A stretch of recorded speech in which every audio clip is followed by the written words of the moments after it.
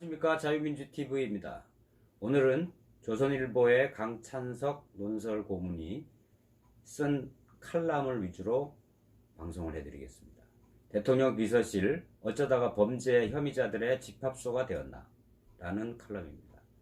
트럼프의 비서실보다 100명이나 많은 문재인 비서실, 충성심밖에 없는 비서실은 퇴임하는 대통령 안전에 치명상을 입힐 수밖에 없다. 이런 내용입니다. 문재인 대통령 비서실은 역대 정권 가운데 가장 사고를 많이 치는 비서실이다. 나라를 어지럽히는 각종 사건의 주범과 종범 혐의자들은 거의가 청와대 비서실 출신들이다. 울산시장 선거 개입 사건에는 비서실장, 비서관, 행정관들이 모두 총출연했다. 하수인 노릇은 경찰이 했다. 뇌물 받은 것이 확인되었는데도 출세가도를 승승장구한 유재수 검찰 무마 사건에는 수석비서관, 비서관, 대통령 7세, 측근 여럿이 나와서 서로 경쟁적으로 연기를 펼치고 있다. 조국 전 법무장관 집안 비리도 대부분 수석비서관 시절의 일이다.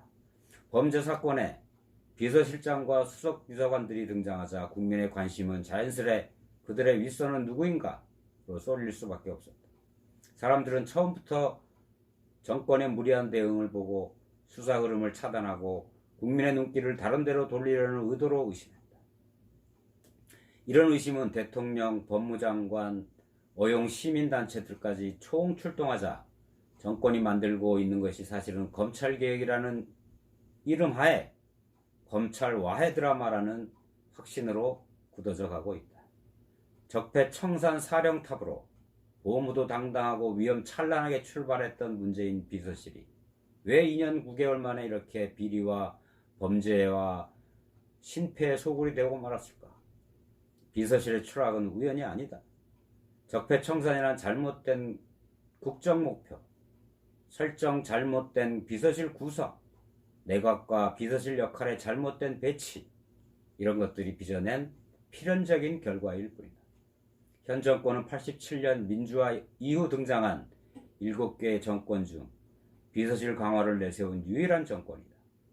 대통령과의 친분 덕분에 고용된 비서들은 법에 의해 신분 보장을 받는 공무원들과 사고와 행동 방식, 윤리 기준이 다르다.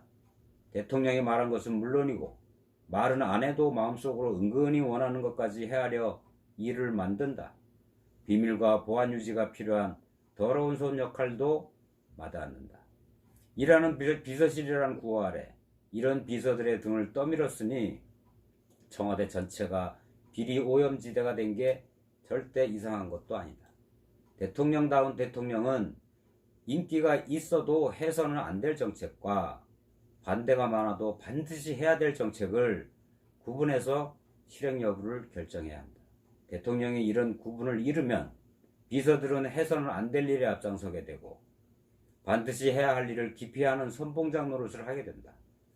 전문성 대신 충성심만 가득한 비서들이 설치면 까딱하다 충성심을 의심받을지 모르는 관료 집단 전체가 숨을 죽이게 된다.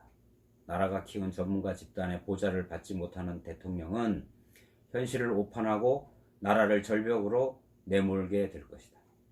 미국 의회 우크라이나 의혹 청문회에서 현지 백악관 직원들이 대통령 트럼프에게 불리한 정언을 서슴지 않았습니다.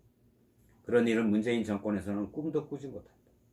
정치적으로 임명된 비서는 물론이고 관료 출신 비서들도 대통령 뜻앞에선 합법과 불법의 경계선을 태연히 넘나들고 있다. 대통령이 경제 통계의 빨간색과 파란색을 거꾸로 읽으니 수십 년 경제를 다뤄왔다는 경제 관료 출신 비서들도 대통령 따라서 생명 흉내를 내고 있다. 북한 개인 관광을 허용해 대북 제재를 허물겠다며 미국과 주권 시비를 벌이는 것도 대통령의 진심과 본심이 무엇인지를 헤아리는 집단들이 벌이는 소동일 뿐이다. 문재인 비서실의 이러한 행태는 대통령의 심기는 편하게 할지는 몰라도 국정 재임 중 국정 운영과 퇴임 후 대통령의 신변 안전에 치명상을 입힐 것이다. 대통령이 설령 그 친구가 당선되는 모습 한번 보고 싶다 이렇게 말했다고 해도 주위에서 우리가 나서는 것은 위법입니다 이렇게 붙들었다면 대통령은 위험성을 넘지 않았었을 것입니다. 감찰 무마 사건도 마찬가지입니다. 우리는 지금 그건 안 됩니다. 그건 안 됩니다. 라는 말로 대통령의 안전을 지켜줄 보좌진을 두지 못한 대통령의 처지가 얼마나 위태로운가 우리는 그런 걸 보고 있습니다. 퇴임 후 잊힌 사람이 되고 싶다는 대통령의 소망은 소박한 희망이 아닙니다. 생존한 퇴임 대통령 어느 누구도 이루지 못한 거대한 희망입니다.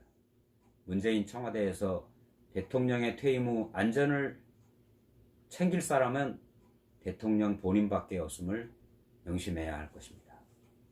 감사합니다.